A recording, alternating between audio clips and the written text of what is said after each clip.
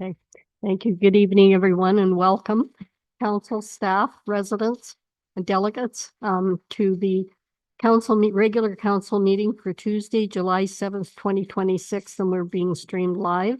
And I'll call the meeting to order with the land acknowledgement.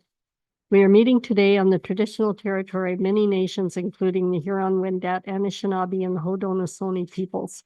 We acknowledge our shared obligation to respect, honor, and sustain these lands and the natural resources contained within.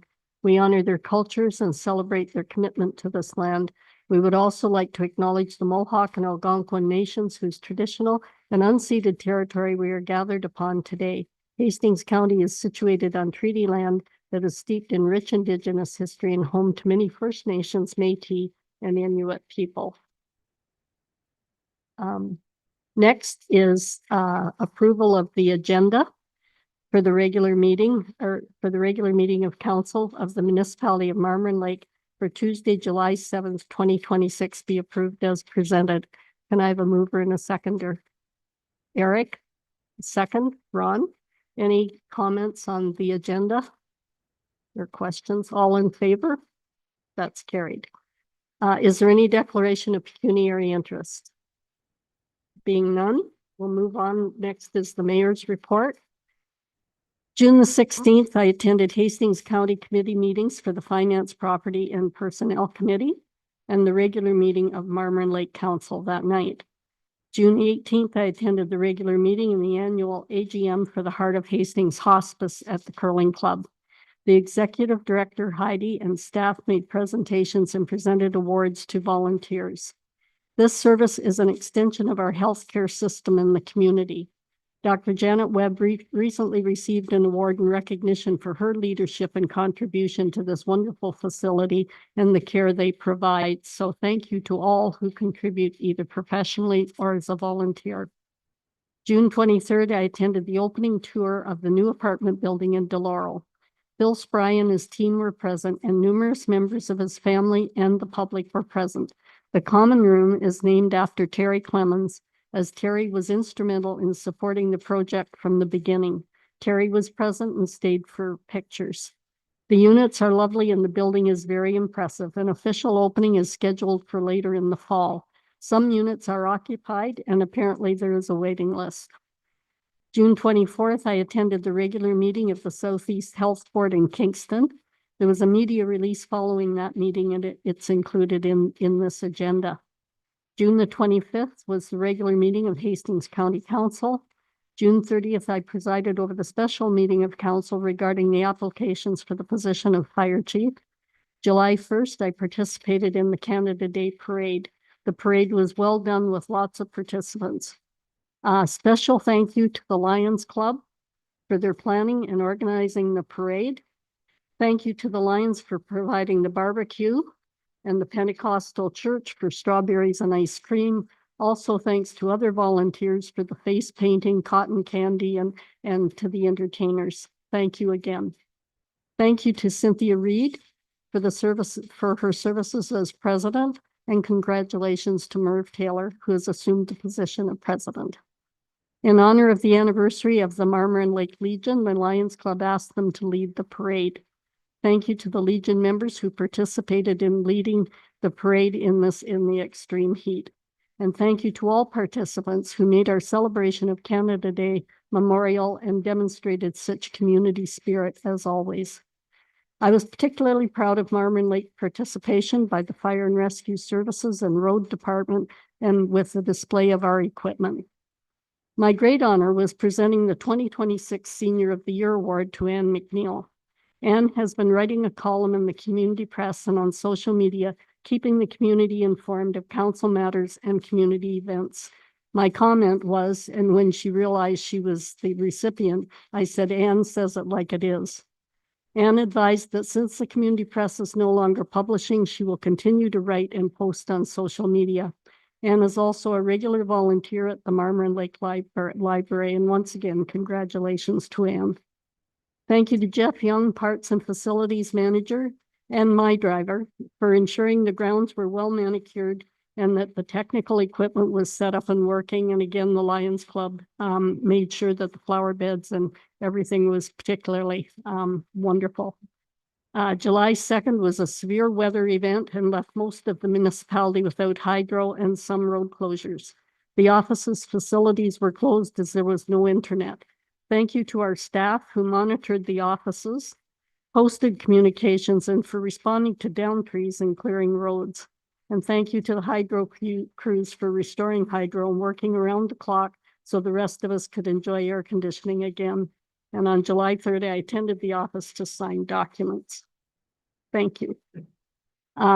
Next, we don't have any, or we don't have any public meetings, but we have delegations. Ryan Gerald from McDougall Insurance, and it's regarding our 2026-27 insurance renewal. Welcome, Ryan. Good. Hear me all right? Yeah. All right. Yeah, like I said, Ryan Gerald, I'm here from McDougall Insurance, and we are here to present the renewal for 2026-2027. And I've included in the package just a short summary of the coverages and limits, as well as the larger package, which is essentially a policy that has much more details. But typically, I'll just go over a summary, and I have a couple of recommendations, things that have changed throughout the term, and then I will have any questions you guys may have on the policy. Okay, sorry.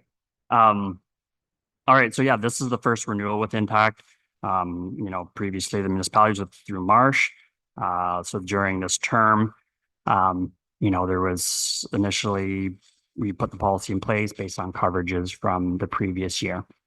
So one of the services that Intact provides would be a comprehensive inspection of all the properties that the municipality owns. So that was a few months ago and was provided with a list of all of the different properties and how much they should be insured for. This was the main premium indicator this year. As you can see, the TIV was increased from 49,656,000 up to 61,658,000. Along with this inspection, there was also some risk mitigation things to identify, and they were small things basically, but it's just good for long-term loss prevention. Also to ensure that every building and piece of property is adequately insured. So each year we all go over the list.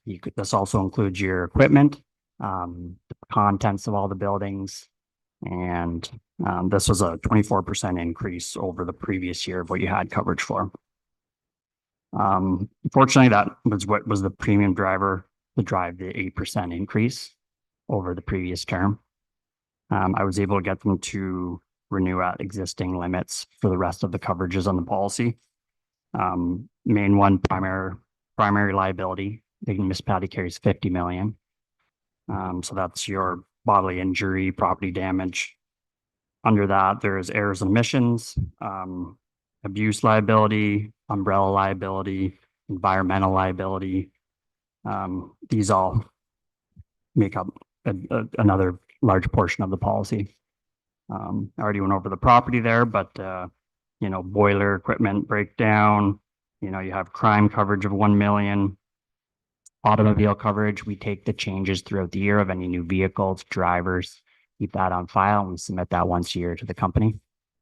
And so there wasn't too many changes over last year, and they agreed to renew that at the same limits. Board member accident, volunteer accident, conflict of interest, legal expense are all additional coverages with the premiums beside. So a couple of recommendations I had, I did discuss this last year as well, is the cyber liability. This is something that's continuing to be looked at, and as far as claims, some of these are large claims when it comes to municipalities, and your current limit of 1 million, I had them quote out 2 million, and additional premium for that would be $2,275. Previous to last year, you guys were also at 1 million. However, the premium you were paying previously was around 10,000. So we cut that in half. And then, I would recommend increasing that, as far as the ransomware attacks, you've probably heard them on the news. Some municipalities have been exposed in this area. Another thing we discussed last year as well, and there's been some discussion of the user facility program that Intact does offer. I know council has discussed that option as well, but that's a $2,000 addition to the policy as well, if you were interested in adding that. There also, there is the free services again that Intact does provide. Road reviews, if there's any hiring practices, fleet management practices, they can come in and help you review those and come up with some better practices or best practices in the industry. We have the contract analysis was used a couple of times this year, but if you have any contracts with, third parties, they're free review of those as well. So yeah, that's all I had. If you guys had any questions. Thanks, Ryan. Nancy, can I ask you to comment on the facility insurance program portion? Through the chair to council, there has been lots of discussion about the facilities and the insurance. It is getting more difficult for people to obtain insurance coming November. The current one that people are using is going to be no longer. This has been discussed at council before. We did a survey for the facilities, and the responses we got back was that the public wasn't interested in their tax dollars paying for other people to use facilities. It was also in the 2025 budget as other things to consider, and council decided at that time they weren't moving forward with it. So it's something that has been decided on in the past, and I mean, it's up to council if they want to consider this in the future. Thanks, Nancy. Eric, you had a question? Well, I just like more information specifically on that user facility policy, on what the coverages are, how that would apply each of our different facilities. So I don't know, is that something you're prepared to speak to now, or you'd be better to come back and present to us in detail about what that would look like for the facilities that we do rent out to residents? Yeah, I don't have it printed out, the actual, every single thing that is covered, but however, there's certain things that are excluded. This is for your basic events. It's not for the, renting the entire street and a huge event that's going to be, a gathering of 100+ people. It would be more for the recreational usage of properties, every facility, anything on municipal property. There are pros and cons to it. There's definitely a little bit of administration tasks there to organize it, keep track of every event, who's renting it, charge the applicable amount. As far as the liability, you have a $2 million option and a $5 million option available. For the most part, usually takes a little bit of time for everyone to, get used to the tracking of it. However, there also is some, the alternative way of getting third parties to do it. I know the rates are going up from those outside companies that we use for events, just due to the amount of claims and potential risks associated. There's a little bit more protection as well, as far as, if there was a gap of insurance between, if something wasn't facilitated properly on, a third party vendor where they're getting an insurance. So it does prevent potentially errors and omissions. Go ahead, Eric. I know some of the big concern was the effect on the municipality's insurance. Should there be multiple claims under this provided insurance? Can you speak to that at all? Yeah, it would affect the insurance on the policy in general, especially if it was a large claim. So yeah, it would affect it. Go ahead, Mike. Would it impact just our premium on this section, the user facility insurance, or our overall policy? The user facility. Just the facility? Yeah, so it's also, if we're sued from an event that happened on municipal property, it's highly likely that the municipality would be named in addition. So both policies would actually would respond, but Go ahead, Eric. Yeah, through the chair. I know in the past you also spoke that this would kind of be an estimate based on our current usage, and then after we had a full year on the program, then you'd be able to further look at what that premium would actually look like based on usage. Is that correct?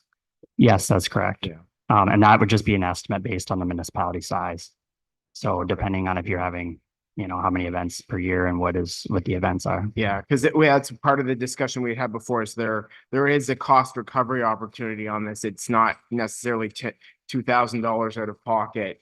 This could be provided optionally, or we could change user fees for facilities to include this to cover this and That- figure it out, or that could Exactly. be, doesn't have to be mandatory, but there's opportunities there. I'd for sure like more. The intention, yeah, would be basically collect premium throughout the year.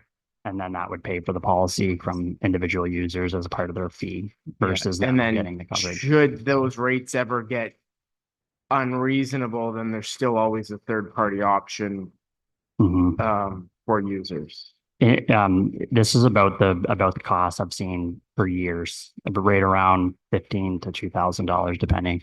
It doesn't fluctuate Yeah. much. I think we'd need to really look at the detail of what activities are included under this to then look at what our facility usage is and see if there's an alignment there, because when it comes to sports, there's some sports that are excluded from this or events that happen. That's right. Like contact hockey, for example, would be excluded, but anything like, if a weekend guys were just renting it, that would be included under it. So that's something. Oh, sorry. Yeah. So contact hockey would be excluded. Certain things they do exclude under that policy. And the intent of a program like this is for individual users, not organizations or businesses or groups. Is that correct? Is that what it's geared to? It's not for leagues. So if it's a league that's renting it and they're there continually, they should provide their own insurance. Yeah. And a business, if they were renting it, can just extend from their general liability policy to cover certain events. So if it is a business or someone that has policy in place, it's possible they can extend from their general liability policy. Thanks, Ryan. Go ahead, Mike. Well, a lot of the leagues and things like that, they carry their own insurance to begin with, like Hockey Canada and all those. They're affiliated to different ones. Correct. They have their own insurance that we would just have to get what we call endorsement from to cover ourselves. Now, when these people come, obviously they're paying you a premium for the insurance too. We're not paying for the whole amount, right? The $2,000 just gives them the option to use this. Yes, or if they have their own, you would charge them that part of the fee for sure. Yeah, if you charge the facility fee minus the insurance portion, so that would be something you guys would figure out on your end. No, I mean, when they apply for this insurance through Impact, We don't do that. We say they don't apply it through us. It's just you guys manage it. So there's no monitoring. Basically, all you do is keep track of who rents the facility throughout the year. And then Nancy would send me the list at the end of the year showing who has rented it. And they'd say, based upon last year, this is how many events you've done, and adequate the premium that way. okay, so the total premium for the year is just the $2,000. And it Initially, covers as many rentals as we have go through it, and then you'll monitor it and Mhm. change it up or down if we have lesser, fewer, whatever. Correct. Okay, gotcha. I thought they had to. No, we don't. It's not like a link where anyone has to do anything. That's what makes it a little bit easier is the individual user doesn't have to go onto the website and fill out the application and maybe not get approved or not. Okay. And then there's usually questions throughout the year is if there's a certain event comes up and, Nancy can just email me, say, is this covered or not under the policy? And I can, we'd figure it out that way. And then they would go get their own elsewhere if they needed to. So if I can just be clear, the leagues are not covered. Like if somebody wants to close the street, say Forsyth Street, that's not covered. So there are certain exceptions, and also there'd be an administrative aspect from our staff that would be required if we were to go this route. Is that Yes. what I'm hearing? Okay, thank you. Go ahead, Mike. I think Eric had it right, where you would have you can rent the hall for $100, no insurance, Or if you're gonna rent it with insurance, it's $150. And the $50 would go to offset our cost. Is that what you're implying? I thought, correct? Yeah, no, I don't think it would need to get as high as $50. I think based on the premium, it would be really affordable. The current provider is very affordable, but we're headed into a situation where if that provider isn't available, our facility usage is going to go down because there's going to be a resistance there to rent facilities if it becomes more difficult because of our insurance requirement. I thought $50 is very affordable. Anyway, Like the current provider is very affordable. An event in the community hall, for example, would be like $25 for one event, as an example. So, but Anyone else have any questions? So another thing, just to be clear, that this amount that's there, the $2,500 or $2,000, that's not currently calculated No. into the amount. No, So that would be an additional $2,000 on the premium. Eric? through the chair to staff, a program like this would come out of what department budget? Through the chair to Counselor Dow. This is part of the insurance for facilities. So it would probably come out of the facility budget or admin budget probably too. Yes. And we did take it out of the budget at budget time. Is that right? In In 2025. 2025? Thank you. Anything further? Go ahead, Eric. Well, do we want to summarize this? I'd like to make a motion related to this at the end, so. Is that okay? Okay. Yeah, I'd like to make a motion then that Ryan come back and present specifically on this program. So that, and bring examples of our actual facilities so we can get a better sense of what would be covered and what wouldn't based on our usage and make a more informed decision if this makes sense.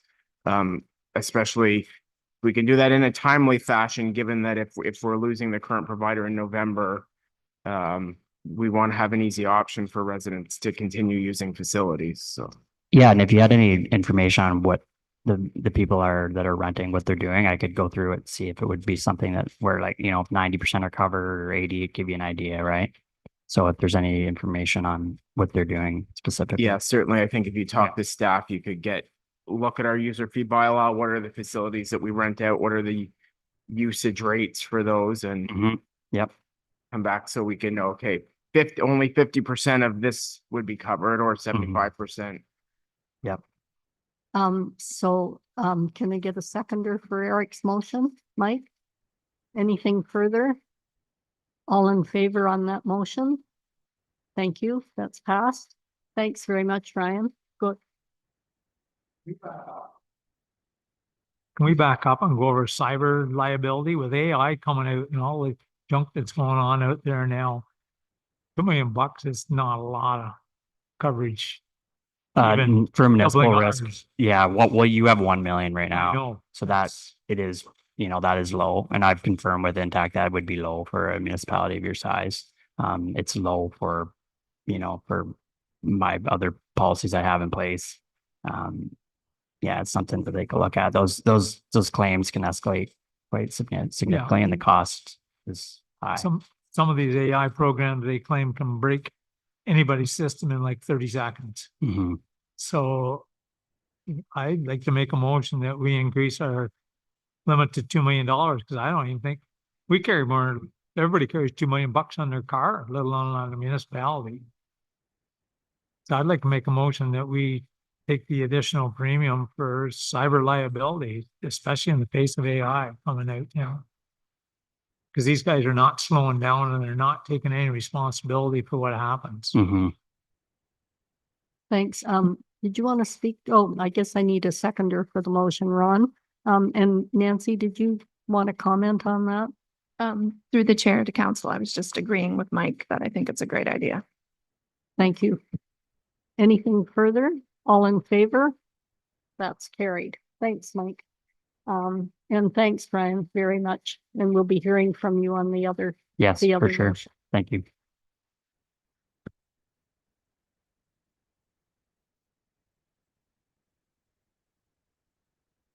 So next on the agenda is the public input portion.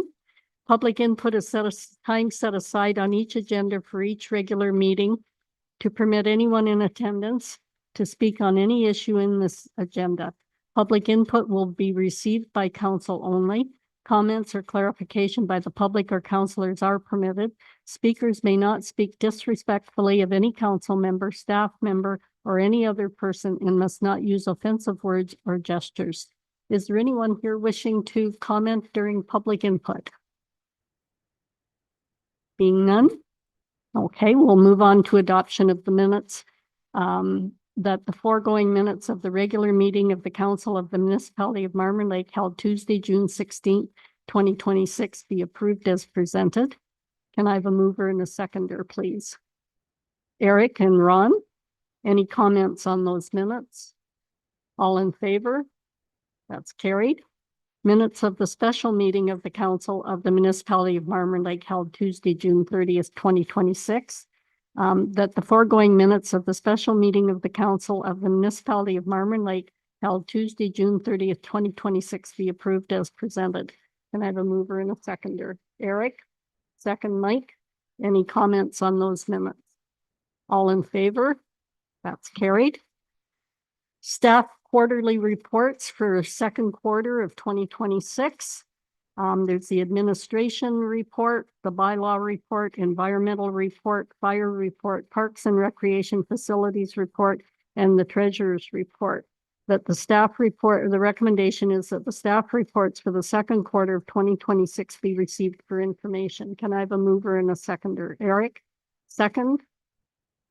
Mike, any comments or anyone want to discuss any of these reports? Eric?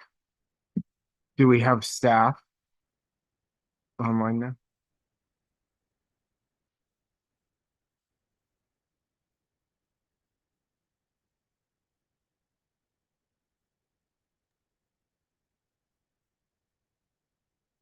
Hi, Kayla.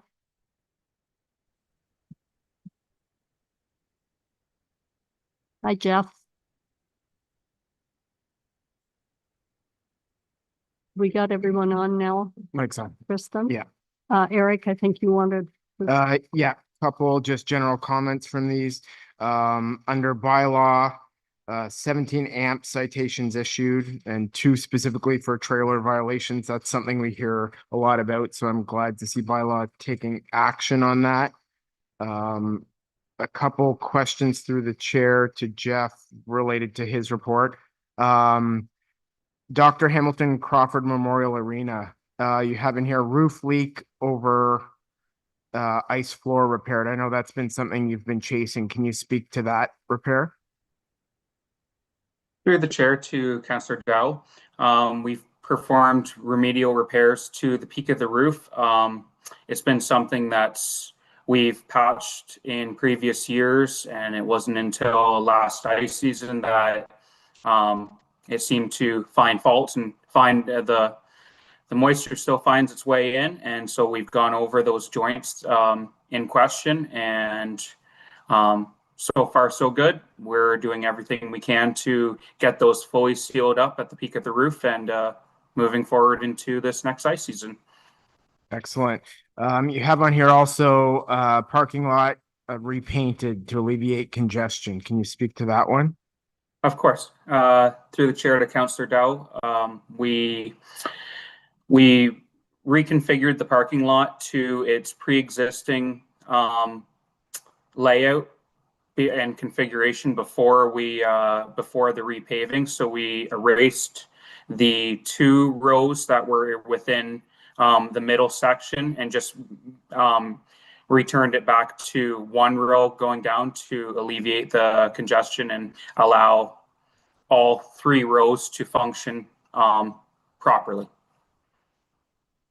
Thank you. And then lastly here under parks, Meg's Landing boat launch, metal landing grate, fabricated, ready for install. Can you speak to where you are in the process there? For sure. Our metal grate is fabricated and has been ferried out to the roads department for the time being. We are currently waiting for the water to recede so that we can properly cut the concrete pad where we will be installing the newly fabricated grate and ensure that we are bolting the new grate into something strong enough to withstand the stress and strain that it withstands every day. So in your estimation, that'll probably be in the fall then when water levels really go down, that you'll have the ability to do that? We continue to monitor every day. If we get the time without rain and as soon as the edge of that pad is opened up, I'll be down there cutting what I need to get things ready to go and get it in as soon as possible.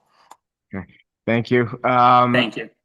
Under training here, chainsaw course, summer grounds course, splash pad workshop. I'm just glad to see you and your staff in that department continuing to educate yourself and learn more, and it improves, I think, productivity and what happens in that department. So thank you for taking the time to yourself and staff to improve their skills within the department. Of course. Thank you so much. Thanks, Eric. Thanks, Jeff. Anything further on any of those reports?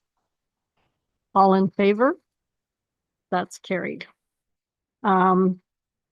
Report regarding the filling of the council vacancy.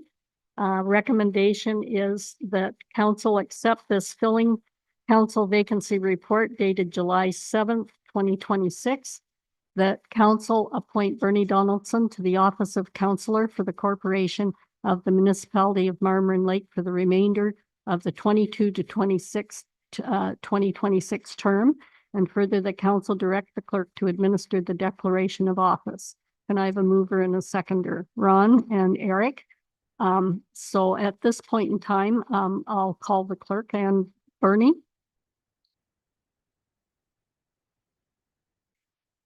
Oh, okay, before you do, okay, any discussion? Mike, go ahead. No, anybody else? No? So all in favor? That's carried. So Bernie and the clerk.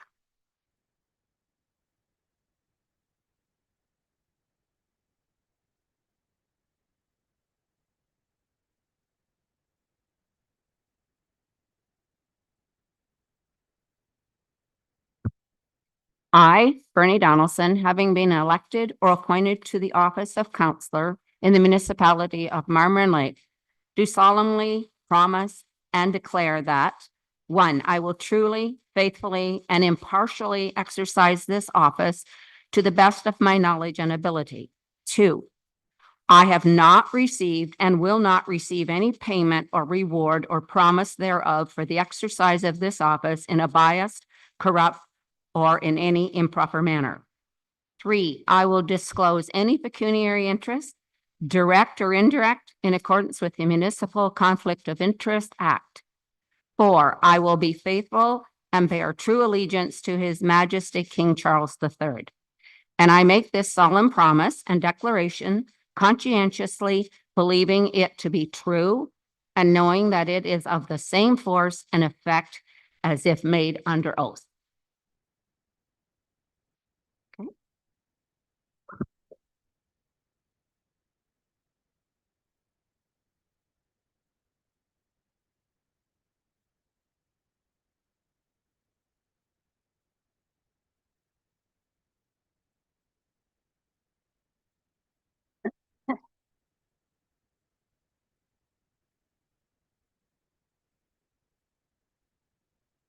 I will.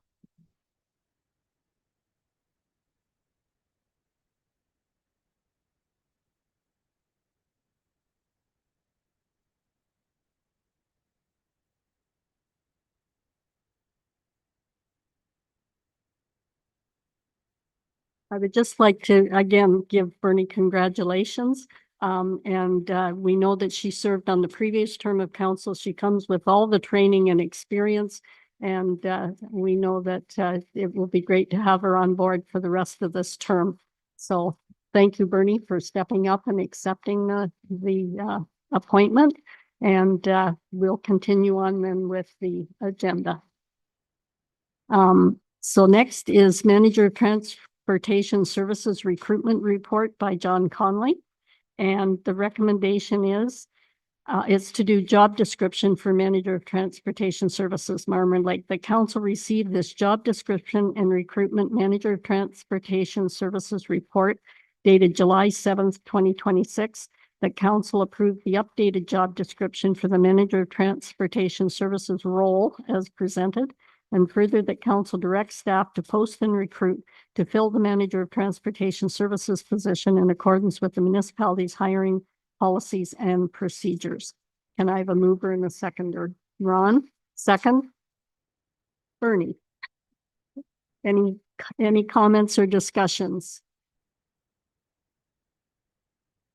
You want me to wait a minute, Kristen, while you do that?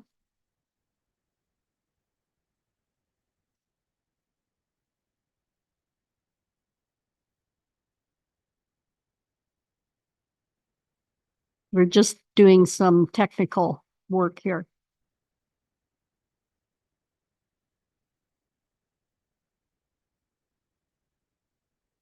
Okay, so we need a mover and a seconder, or we got a mover and a seconder. Any discussion on that recommendation, Ron? Just a question to John, through the chair.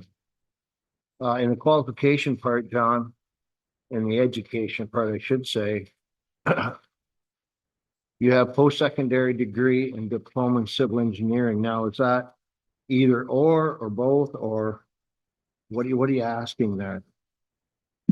So through your chair to Councillor Derry, the idea is from a background for qualifications for those education it's a list. So it would be not all of those, but one or some of those. So I don't see a CRS designation there, and from the past experience that we've had, they make the best managers because they're on the municipal side.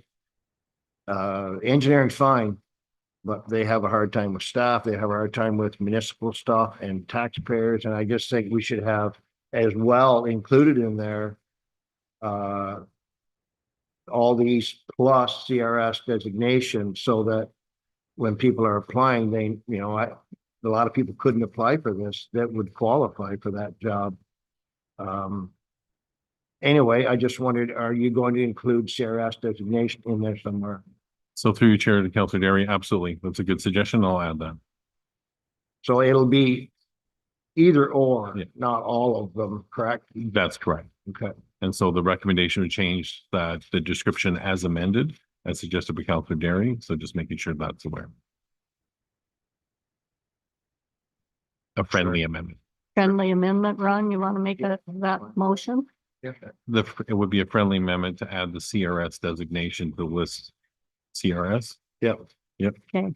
To Do we the need list to of- vote on that, Kristen? Do we need to have a mover and a seconder for that, or it's friendly? Yeah, if the mover and seconder are okay with adding that as a friendly amendment, then I think we're okay. Okay. So Ron, I think you made the motion and Bernie seconded it. So if you're both okay with that, then I'm fine with it. that's it. Education. That okay, Kristen? You're good with that? Anything further on this position? Go ahead, Mike. Excuse my ignorance, Ron, what is a CRS? Certified road supervisor. That's what I thought. So Okay. there's different levels. There's a level 1, intermediate and senior. Each one of them have more courses involved, years of management, but again, as I say, I find the CRS is more geared towards municipal, not the engineering part, and that's kind of where we've been lacking. And that's why I'd like to see it included, because there's a lot of good candidates that would have CRS that wouldn't be a CET or engineering degree. So we'd miss some good people by not including that. Good. That's a good suggestion. Thank you. Anything further? Mike? I see you just asking for a G driver's license, and then you say a DZ is an asset. I know it is an asset, but I think the guy should have a DZ, like all our vehicles that are gonna require him to have that if he gets stuck somewhere and has to move it or whatever. I think they would all have it anyways. So through your chair to Deputy Mayor, if you wish to have that, then as a friendly amendment, again, the intention there is to at least have a valid G license and that would be an asset. Keep in mind that we should look at this with the idea this is the manager and not necessarily a working supervisor, working manager. So again, I that's what- understand that, but if they're out someplace and somebody's got to bring back a dump truck and he's Yes. the only guy there, again, if and it's a- everything out there requires a DZ other than the pickup. again, if that's a friendly amendment, I'm happy to support that. The idea was to include it and make it an asset, not a requirement to exclude them. But that said, if you want to make it such that they have to have it a mandatory, Okay, I so we can can turf him out if he doesn't have it. Okay, just go ahead. I would use I think different you words, should but I'm yeah. worried about it. And I don't think we would turf them in if they didn't have it. So So we're not doing an amendment then. Okay. okay. So anything further on this? Go ahead, Ron. I just want to comment more than anything, John, you covered every single thing here that we need. Except the CRS. Other than that, I'm really impressed with what we're looking for. There's a lot of stuff here. I hope they can fill the role, but anyway, you've covered every area that I can see. So good. Through your chair to Councilor Derry, thank you very much. The idea is to do this. Again, the existing one wasn't outdated. I think we brought it up to speed and again, I do appreciate the addition. Thank you for that. And again, with council's approval, hopefully we could go out and advertise and start recruiting as early as tomorrow. So as, do you have a date in mind? I don't think I seen it in here. Maybe you did, but do you have a date in mind for shortlisting and what's the procedure for that? Is it all of council? Is it the personnel committee? How does that work? So through chair to Councilor Derry, this will happen exactly the same way we have for the fire chief. Okay. In the sense of if council approves the recommendations and the friendly amendment that's added, I would post this as if I can get it tomorrow it'll be on our website, plus Municipal World advertising more broadly to a broader community with the same timeline of at least having a couple of weeks, maybe a little bit longer, follow the same process as we are for the fire chief recruitment. Great. Go ahead, Eric. Is there opportunity to put this posting out through Good Roads or AOers just to draw in more applicants within the industry? Absolutely. Through your chair to Councilor Dow, we'll do much like we did with the fire chief. We look through the Fire Chiefs Association with the idea of looking at targeted audiences as well as Municipal World and our website. So absolutely to get the right candidates to drive them. I think you would be aware that we had, a significant number for the fire chief. We hope to have the same success. So I'll make sure we use those appropriate websites to do that, and timing will be according to that. Thanks. I just want to say that I know John has put an extreme amount of effort into getting this right. And he's, also looked at other job descriptions within the department. And I appreciate your comments, Ron, because you're more familiar with this role than any of us. And so I do know that he put an extreme amount of time into it, and it sounds like it's going to, be a good way to select a new manager of transportation. So thank you. Anything further? Ron? Yeah, and maybe you said that, Eric, I didn't hear you. Did you say AOers?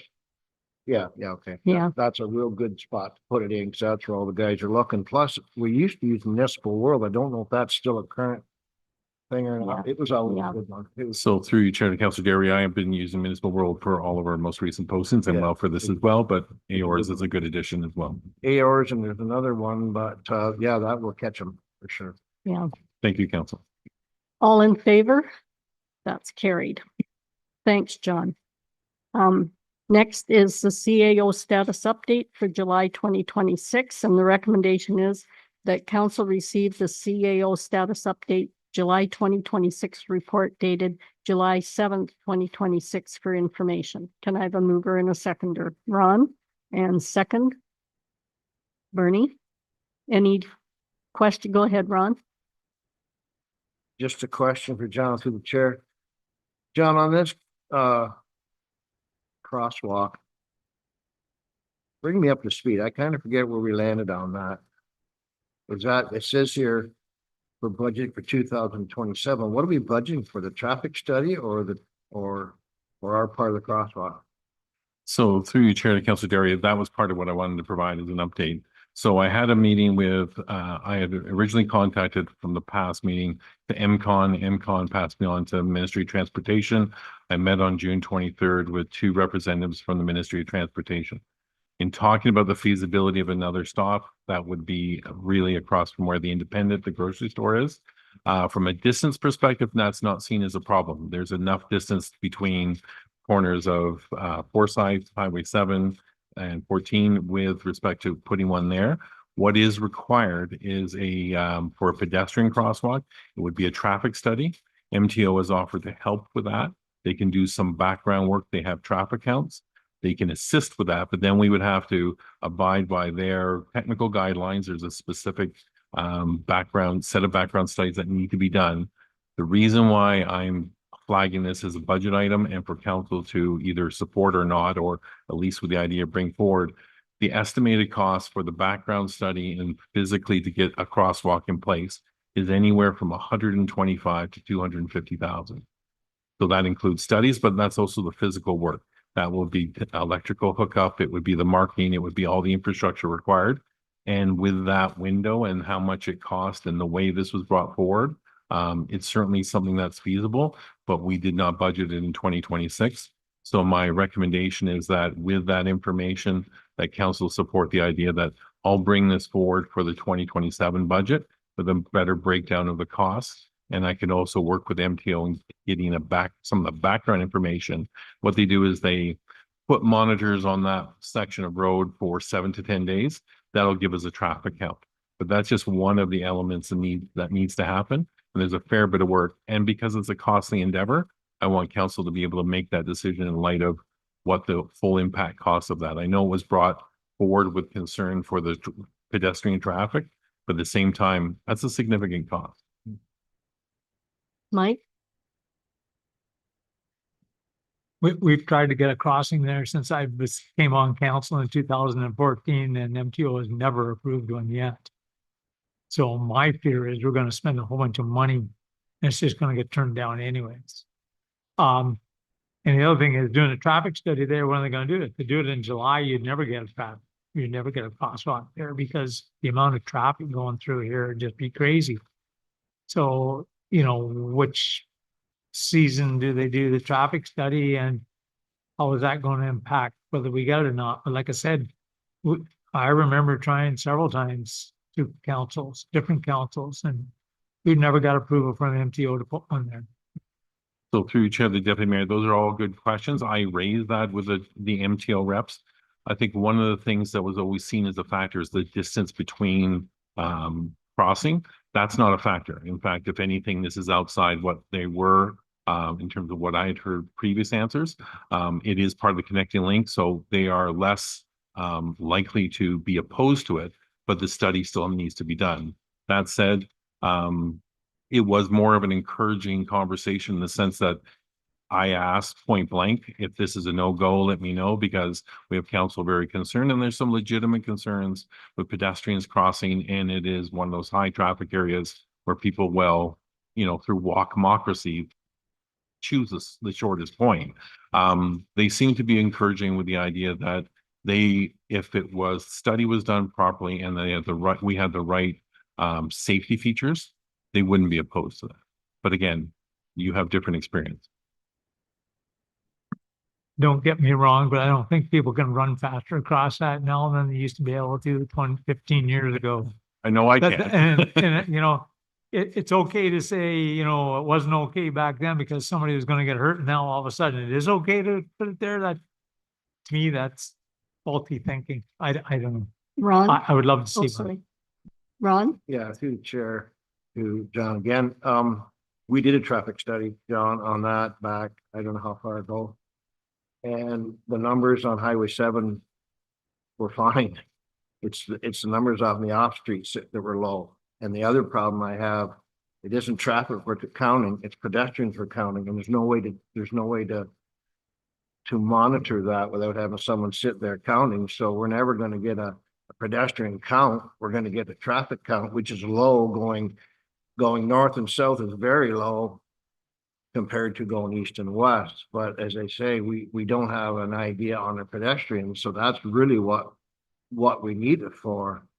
And I just don't know. I'm like Mike, we've spent money in the past doing this traffic study and we didn't succeed. And I don't think we will again because the traffic is low on the off streets. So I guess we can talk about this at budget time, but it's interesting to know that now they are let us do it.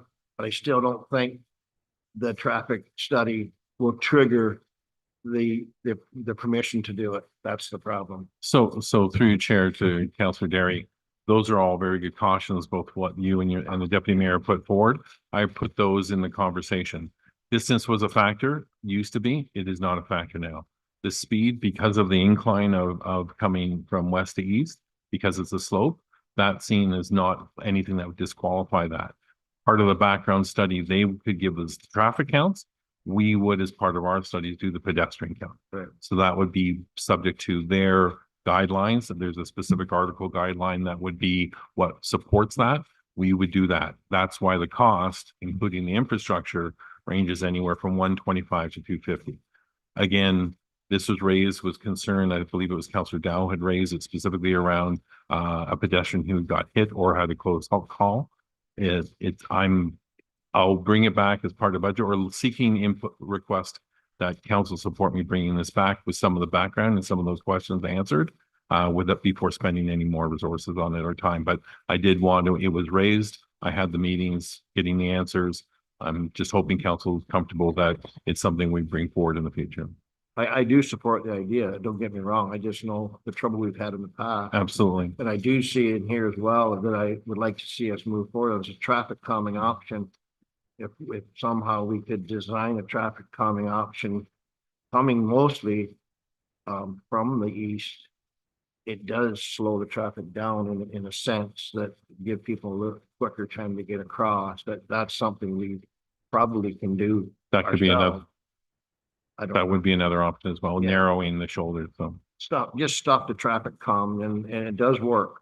It does work. So I'd just like to make a comment that I know that from the east end of the connecting link, it's signed a community safety zone. And that's supposed to, I believe, if people are going over the speed limit and so forth, like it's double the fines or something, but I don't think anybody's ever enforced it but I remember that being established there. I don't know if that was in your time, Ron, or, yeah. yeah. We did put that up and as you say, no one knows it. It should be flashing or something because it's there and it just Yeah. blends in. Yeah. And it's true, it does double the fine, but I don't think it's ever been enforced and I don't think people even know it's there. I forget myself. So I don't know, that could be part of the traffic calming, more signage, more of them, bigger, I don't know. But we need something there for the pedestrians, for sure. I totally agree we need something. I just don't know if we want to spend a lot of money on a traffic study, that's all. Did you want to respond to that, just John? through your chair to Councillor Derry, one of the ideas of if there is a pedestrian crosswalk, part of the cost and also the logistics would be flashing lights, things that make it highly visible. And that would be signage leading up to that, but also the crosswalk itself would be something that would be lit and you'd have those caution amber lights. But notwithstanding that would adds the cost. That's why the range. And I had asked that question of MTO, like for council to be able to make this decision, I need an idea of what that would be. And that's the range they gave, but I could provide more specifics on the background, the details and the likelihood of success as part of the next budget. So you mentioned we'd be doing the pedestrian count. Is that what you mentioned? We would have so my understanding is have they to can do help with the traffic count. They're happy to do that. That would not be a charge. We just need to give them the, number of days, that sort of thing. Anything else are other studies done by transportation experts, engineers who would look at the idea of doing car counts coming down the other streets that feed into that. And they would also take into consideration any of the other arterial inputs from roads. So again, that's why there's more than just the one traffic study. There's other parts of that as well. Visibility as well. One of the other aspects that if you had a illuminated crosswalk, you have to look at what access to electricity you need in order to be able to eliminate that crosswalk. So all those are part of the cost, which is why the range is the way it is. And if council supportive, I would bring this back in the budget process. Mike? I have a question. Where are we doing a traffic or pedestrian crossing? Because nobody crosses there. Because they're gonna get run over. In the other crosswalk down at the corner, you've got the drugstore and the library. So you're gonna get a lot of people just going to the drugstore and the library crossing. That is gonna skew the results. I don't know where you're gonna count people going across that highway. And to your point, though, that splashing sign coming from the east that says 50 kilometers an hour, it stops people. I know I come in there, I look at that, my wife's usually yelling at me, it's not 50, but the people really do slow down when they see that sign. They come in and they know they're going faster and it's flashing at you and it slows people down. And I think we should have one coming from the other way too. It does slow people down. So through you, Chair, the deputy, these are all good comments. One of the things that I found encouraging in the conversation with the MTO staff was that when you look at high pedestrian traffic areas, in other words, look at the gravity of where people will be coming for, what are the attractions, and also the idea of you have the Legion across the street, you have residential on the north side going across. That would be one of the factors weighing in favor of a pedestrian crosswalk if you would have that, because you have, it's not like if you had it further east along where the Tim Hortons is, and I've certainly played Frogger many times trying to avoid people trying to cross there. But as you get further towards what are the things that would, the grocery store is one of those gravitational things. Sure. And as much as we've marked up the idea that pedestrians shouldn't do that, I have seen that many, many times. But the people who live behind the grocery store in that subdivision don't have to cross the road to go to the grocery store. True. And that's where everybody's going, the grocery store. So Well, no one's coming from the cemetery, so that's the. I just would like to say that sitting on Hastings County, I get feedback from our neighboring municipalities as to some of the things that they have applied for, like for crosswalks and that sort of thing. You don't get it if you don't have the study. And I've been told that by mayors Tweed, Center Hastings.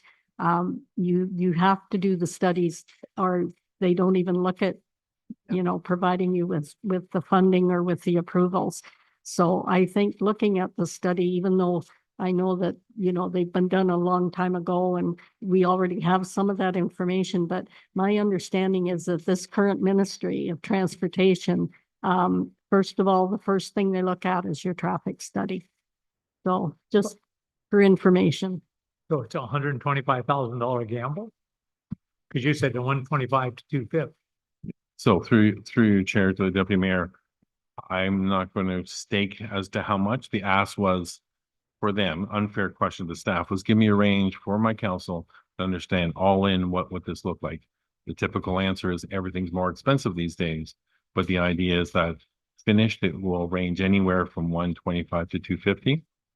The studies and the background stuff, I would piece this together with the idea that council understands not only the elements of what would be required, but also what would be the all-in price and the likelihood of success as best I can. If I could give you 100% assurity of this, I probably wouldn't be sitting here. But my point is, counting people is not an engineering job. That's somebody who can go 1, 2, 3, 4, 5. Like, will they take that? Or it's got to be an engineering company. All I'm saying is this is not rocket science to come up with this stuff, but they're going to charge us like it's a rocket. Through your mayor to the deputy mayor, it's not rocket science, but it's pretty close. It is engineering science from that standpoint. From civil engineering, the backgrounds that they look for, they do cordon counts. All of this is based on their technical guidelines and what they require. So in order to meet their threshold, to get their approval and to get what we need in the community, I would have to adhere to the provincial guidance. So you could technically not be a person. I'm not sure if you're asking if I'm a person. Not sure how No, to all answer I'm that. getting at is I'm getting sick and tired of all these agencies. They want all these engineering studies.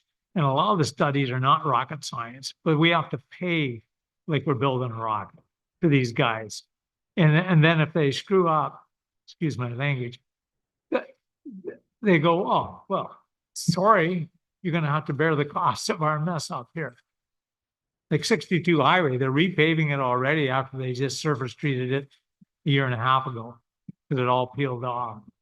I'm not sure who's paying for it. Thanks, Mike. Go ahead, Ron. Yeah, John, I wonder if we could include our connecting link funding and into this, because we have annual connecting link funding we can apply for. We usually don't because we don't have anything to apply for, but this may qualify in our connecting link funding. There's a date you have to apply. It's early. I'm not sure. You'll have to check. It may have changed, but they're always looking for a connecting link project. And this may fit that criteria, and they may pay the lion's share of the project through that connecting link. Because we haven't used it in a long time, and it's there to be used. Because I know Norwood has the very same thing, what we need on the west end of town. They have a crosswalk as well. Right by the school. And I believe it's for the school and the church. And so that's great. But I think we qualify as well, because, and I think your pedestrian is low crossing there because people don't want to take a chance. I think there'd be more crossing there if they felt safer, but a lot of them stand there and wait, and some of them are elderly. They just don't go because they're going to get hit. So it would be there if the safety was there. So I believe this is a good conversation, but I think we could tie this into our connecting link, and maybe that would push them a little harder too. So through you, Chair to Councilor Derry, excellent idea. I'll add that to if council supports that. Thanks, Ron. Thanks, John. Anything further? Go ahead, John. Through you, Chair, I just wanted to inform council, Nancy unfortunately was able to share with me today that we have at the bottom of the second table, the Trillium grant. It was under review yesterday, but we received that it got information that it got declined. So on the heels of that news, I sent an email to our MPP, specifically into the admin assistant expressing our concerns that we've applied for a number of different grants before. We had applied for one before relative to the arena and chiller. And even though we went through insurance, we had assurances that these type of future opportunities would be something that we would get a positive result. Disappointed in that, and sort of brought that to their attention. I will say that their office did provide a letter of support. But again, the idea is that we're concerned about not getting that, but hope that in the future, these opportunities will be more positive. So I just wanted council to be aware of that. Thank you. And I think, Nancy, you told me there's another stream coming on that we can apply again. Through the chair to Mayor O'Neill. I was talking with Jeff today, and he said there is another stream. I don't think it's Trillium. And it's not full funding. It's 50-50. So we'd have to have 50%. But we'll watch, because Trillium will probably come out with more too in the future. But the one that's opening isn't full funding. Thank you. And I will be speaking with MPP Rick Brissy in the near future. So thank you. Anything further on that, on John's status report? All in favor? That's carried. Committee and board reports, Eastern Ontario Trails Alliance, minutes of May 14th, 2026. And Economic Development Advisory Committee, minutes of May 20th, 2026. And the recommendation is that council appoint Andrea Christie, Siobhan Hughes, and Jane Pearson to the Economic Development Advisory Committee to fill the current vacancies. Can I get a mover and a seconder? Ron and Mike? Any comments on the minutes or on the recommendation? Eric? Just quick thank you to all the community members that put applications forward for the Economic Development Advisory Committee. Appreciate the time and stepping up, and we look forward to welcoming the 3 new members to the committee. Thank you. Anything further? All in favor? That's carried. Marmor Lake Library Board, minutes of May 21st, 2026. And the recommendation is that the foregoing minutes and reports of the committees and boards listed are hereby received for information. Can I have a mover and a seconder? Bernie? Second, Ron. Any comments on the library board minutes? All in favor? That's carried. Correspondence for direction. Mary Stewart, Central Hastings Family Health Team nomination to fill current board of directors vacancy. And the recommendation is the council provide direction to staff. So anybody on council have any comments or direction to make a motion? Go ahead, Eric. Did you?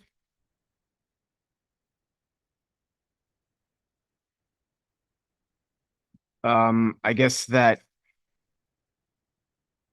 council directs staff to post this position vacant on the municipal website and accept volunteer vacancies is what we had done in the past for this. This is a member of council, Eric, that they want posted, is it? Kristen? It can be a member of council, but it needn't be. Oh, okay. And they've outlined in the letter the kinds of skills that they're looking for Yes. in this member. They need to be from Marmorant Lake. In the past, council has appointed to this board, but that's no longer appropriate given their terms of reference. So it's just a nomination. So it's being removed from our appointment bylaw. And so whatever process council wants to engage in to fill it, whether it's a council member or a member of the public, we'll just need direction to staff about how you want to go about that. Okay, go ahead, Eric. Through the chair, my question, I don't know if anyone knows the answer. This letter is requesting one. When I looked on the website today, both Marmorant Lake seats were vacant. So I don't know if this one is now two that need to be filled. Through the chair to Councillor Dow, that hasn't been communicated to me. Okay. I imagine it's going to be, but it hasn't been. So as far as I've been told so far, it's only one vacancy.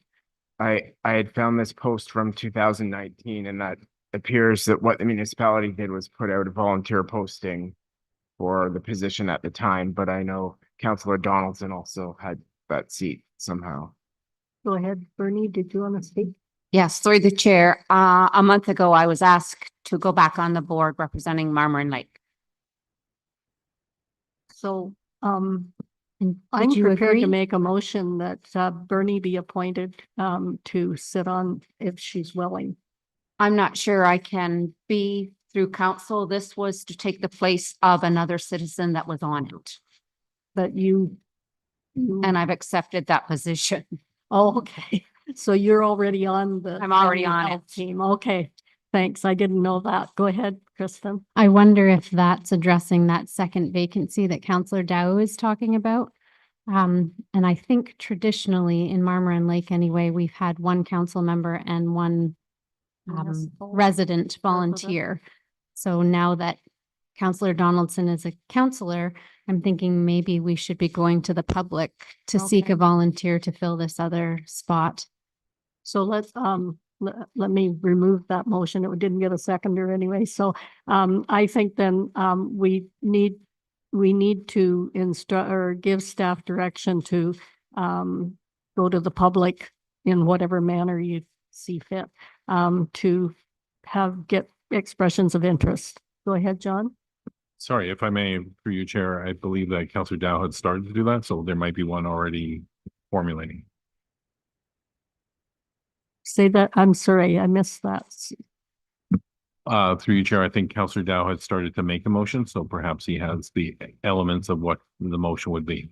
Okay, do you want to then, That's it. It was just what I had said with direct staff to post that position vacant and receive applications for review of the single vacancy. yeah, okay, so let's go with that. And I'll second it if I can.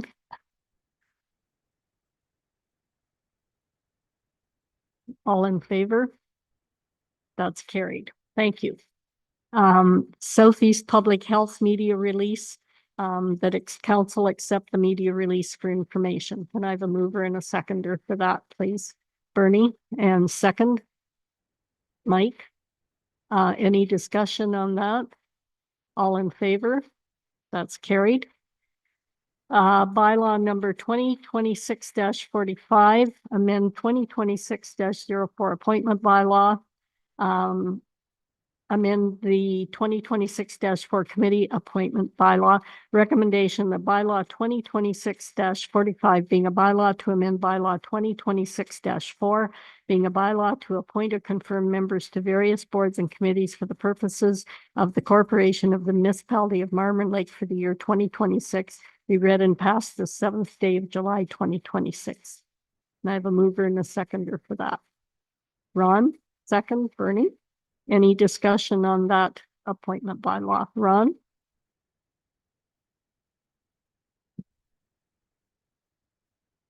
On section 1, the Crow Valley Conservation Authority be amended by removing Jane Lakatos, adding Ron Derry.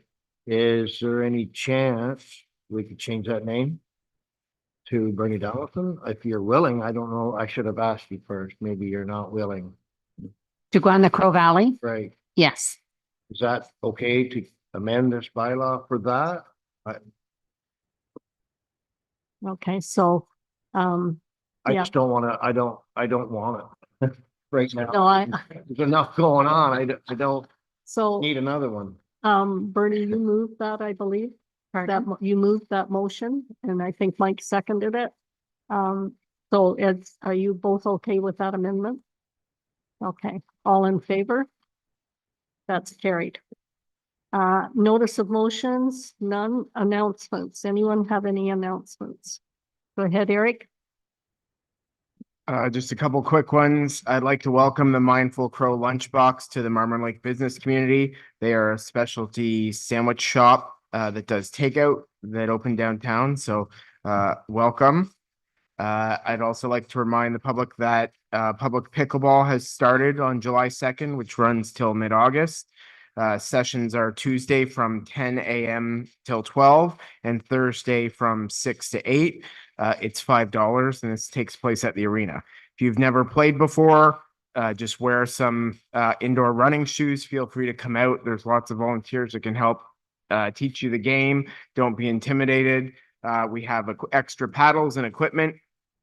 So you don't need to bring anything but shoes and come and learn and get some exercise and get hooked. Anything for anybody else? I just wanted to add to what Eric said Thursday. I believe that Megan is trying to organize for the official opening for that new business. So anything further? Being none, we'll move on to the closed session. And the recommendation is the council proceed into closed meeting session at 7:14 PM under the Municipal Act 2001, Section 239(2)B, personal matters about an identifiable individual, including municipal or local board employees. B, labor relations or employee negotiations, redepartment update. B, personal matters about an identifiable individual, including municipal or local board employees. E, litigation or potential litigation, including matters before administrative tribunals affecting the municipality or local board. And F, advice that is subject to solicitor-client privilege, including communications necessary for that purpose, and it's regarding a legal update. Can I have a mover and a seconder? Ron, second. Bernie? All in favor? That's carried. So we'll give Kristen some time to